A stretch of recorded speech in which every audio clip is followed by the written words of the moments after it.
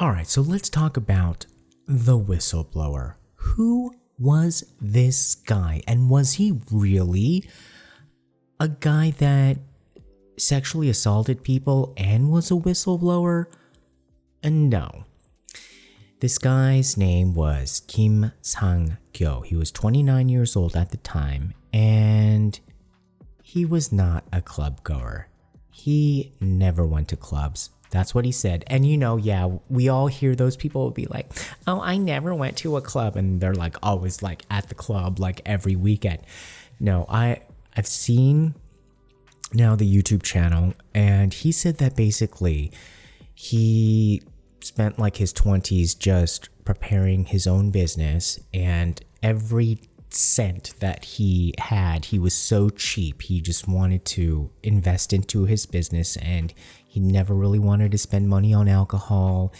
And it seemed like he was really telling the truth in the sense that I don't think he was kind of a person that went to these kind of clubs. Let's just say that I don't think that there was anything there for him at Burning Sun. And so he said that he was working on this interior design project. So he's an interior designer.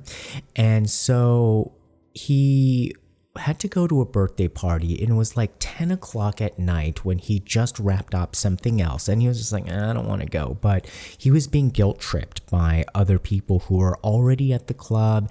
And they're saying like, look, this person who's holding this birthday party was totally instrumental in one of like your first big projects.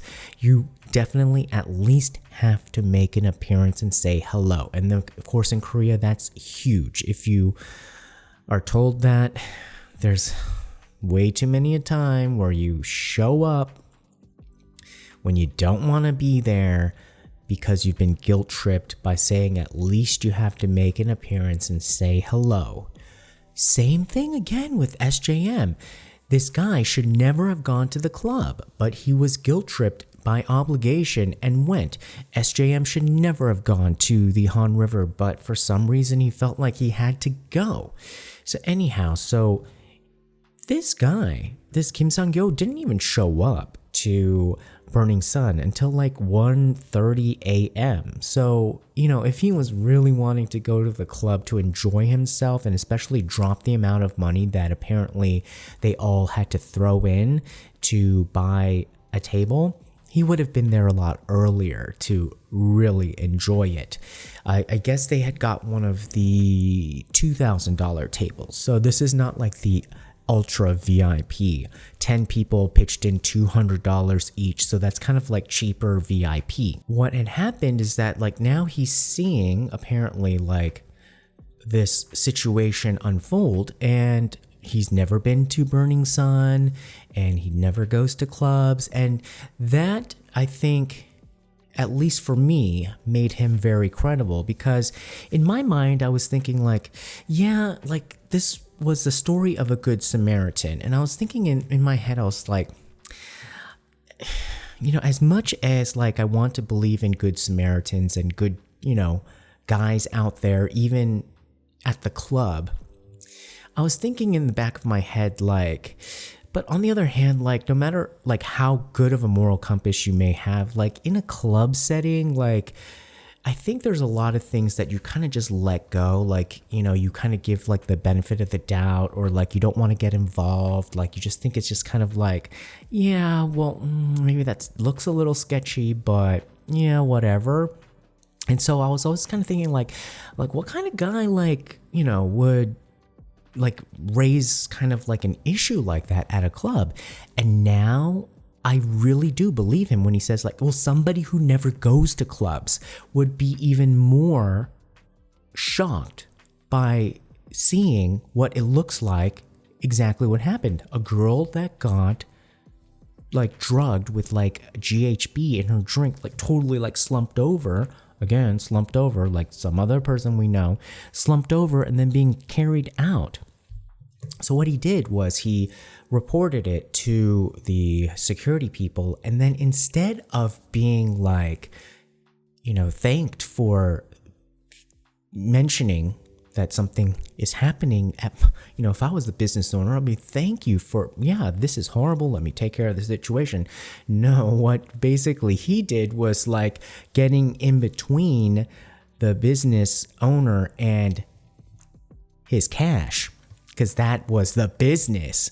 And they took him out, and you can see from the CCTV camera footage that they beat him up, and they beat him up good. It was like a gang fight. Like, what do you call it? They jumped him, and he called the police, naively thinking that if he called the police would be able to help him. The police would be able to run the CCTV cameras, and then he would be able to get some sort of justice and help.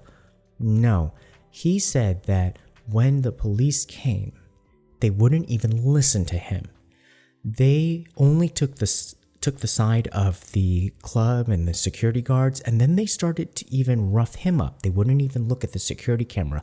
They wouldn't even go into the club.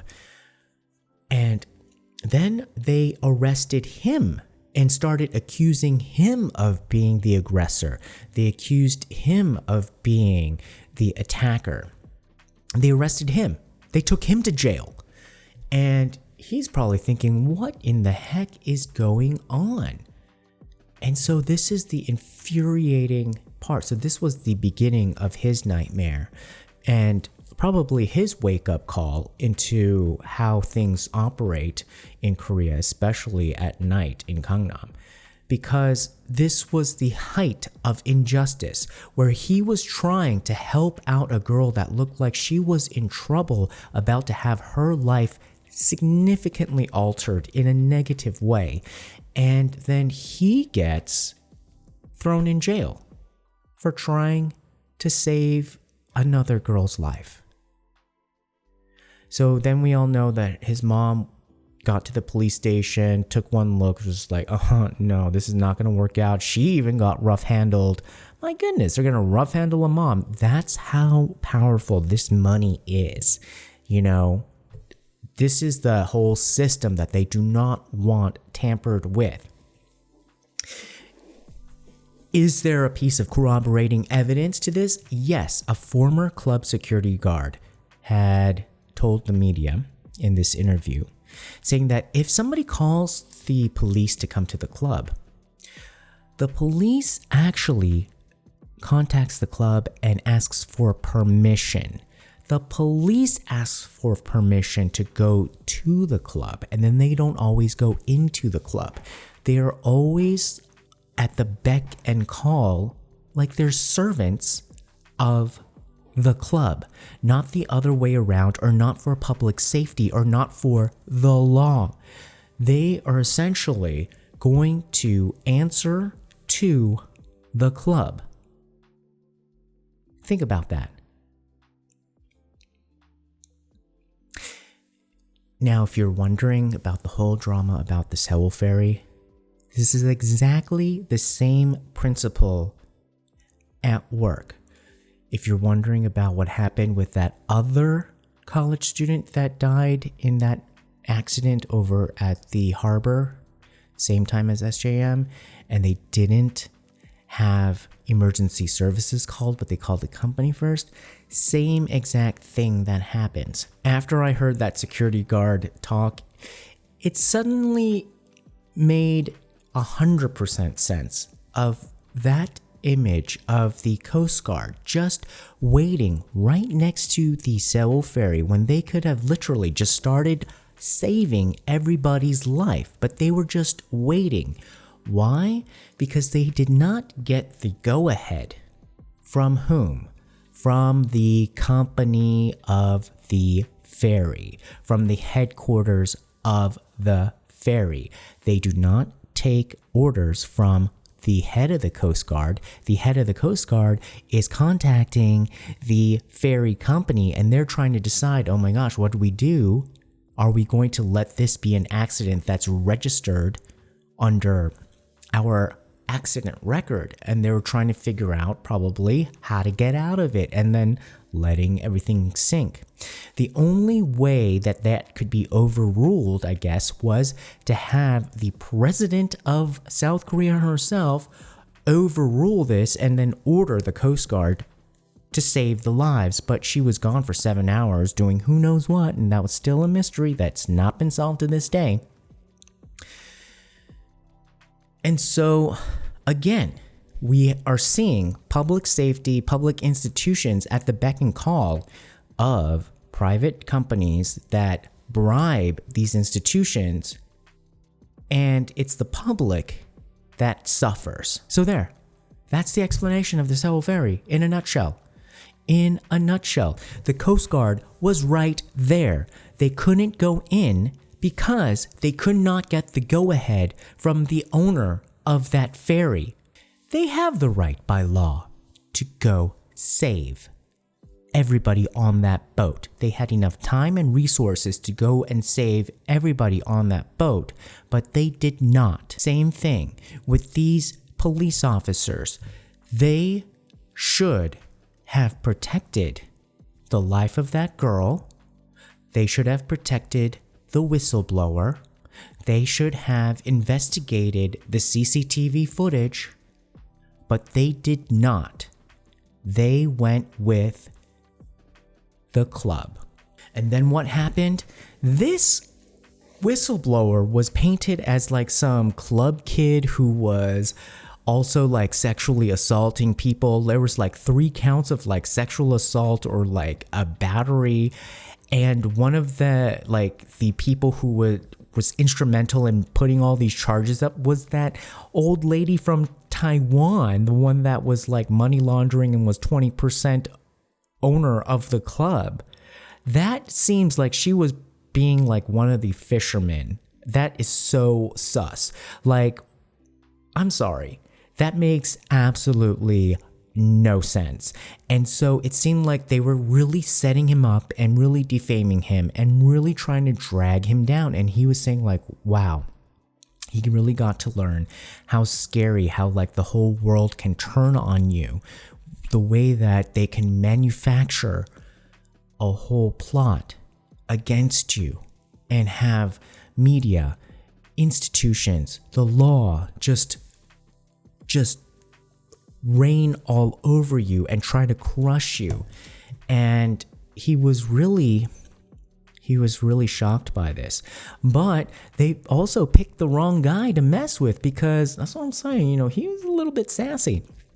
I mean, and the reason why I bring him up again is like this year, boom, again on his Instagram, he was like making even more accusations now, saying like, look, to that girl from Girls' Generation who was DJing, saying like, why don't you come out with the truth of what really happened at Burning Sun? Or are you out, I mean, he was like really graphic. He was like, oh, are you out just like doing drugs and like making like sex videos or what? I mean, he is mad. He's mad. And so like, I think what we're seeing now, and same thing with like SJM's father, we are seeing people just like fed up with it, just fed up with this and just like speaking their truth. And by the way, I hope CL, I think you should speak your truth a little bit more graphically and more juicily when you come out with some of your new songs later this month, because I think you probably have some skin in this game too. Another story, another video later on. So his incident happened in late November of 2018, and that was very close to when the club opened, so it was very new. But we only heard about it in January 2019 because he was so upset about what happened. It was so unfair that he actually made a petition to the Blue House, the way that SJM's father did, and how SJM's father collected 500,000 signatures. So he collected signatures as well, saying like how crazy this whole situation was. And that's how the public found out about it. Otherwise, it was just going to be just another thing that got swept under the rug. And so he said that after he did this, he got so many messages from girls saying that they were victims and that they really had no path towards resolution or justice, and that he's been really trying to figure out a way to create some sort of like political activism or solution to try to find a way to solve this real horrible problem, because it really hasn't been solved. Just by throwing Seung-ni into jail, it doesn't solve the problem. It really doesn't, because you've also kind of like put the major emphasis on the wrong part of the problem here. So what did happen earlier this month? Seung-ni, at a sentencing trial at a military court, was indicted for 9 charges: aggravated punishment, economic crimes, Food Sanitation Act, embezzlement, sexual crimes, habitual gambling, Foreign Exchange Transaction Act, prostitution mediation, purchase of prostitution, and special violence investigation. He also was fined about $1 million, and he got 3 years in prison. Okay, so I hope that sheds some light about how this case shows yet again how very possible it was in the SJM case that we really do need to question the validity of the police investigation, that we can't just blindly trust the police in this situation, because in cases like we've seen in Burning Sun, that the police did not act admirably and trustworthily. Is that a word? This case just gets me all riled up. I am having such like a brain freeze because of this, because this is just so aggravating. And I think they do this on purpose so that your head spins around so you kind of can't follow, and it's on purpose. And I'm trying to simplify it, but even right now, like my trying to simplify it but yet not trying to forget about certain pieces is just like making my mind explode. But essentially what we need to remember is that from this Burning Sun case, we know that we can't trust the police, especially when they're south of the river and there's big money involved. And so it really does make sense for us to have a different investigation reopened. And it does make sense that the CCTV may have disappeared, and we also can believe that the CCTV was there, even though they said it wasn't.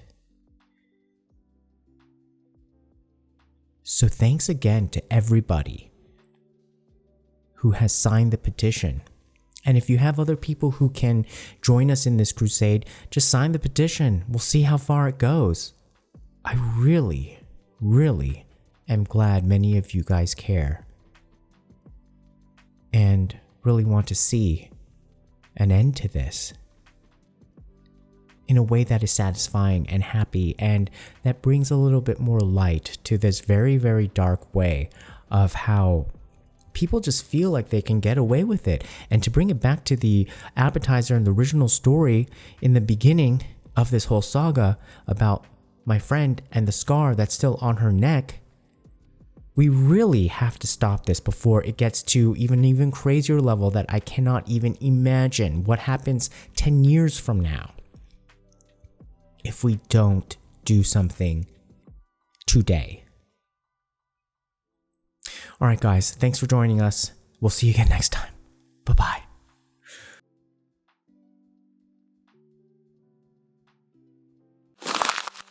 Tune in next time. Don't forget to subscribe. Find us on YouTube, Instagram, Twitter, and Facebook. Love you.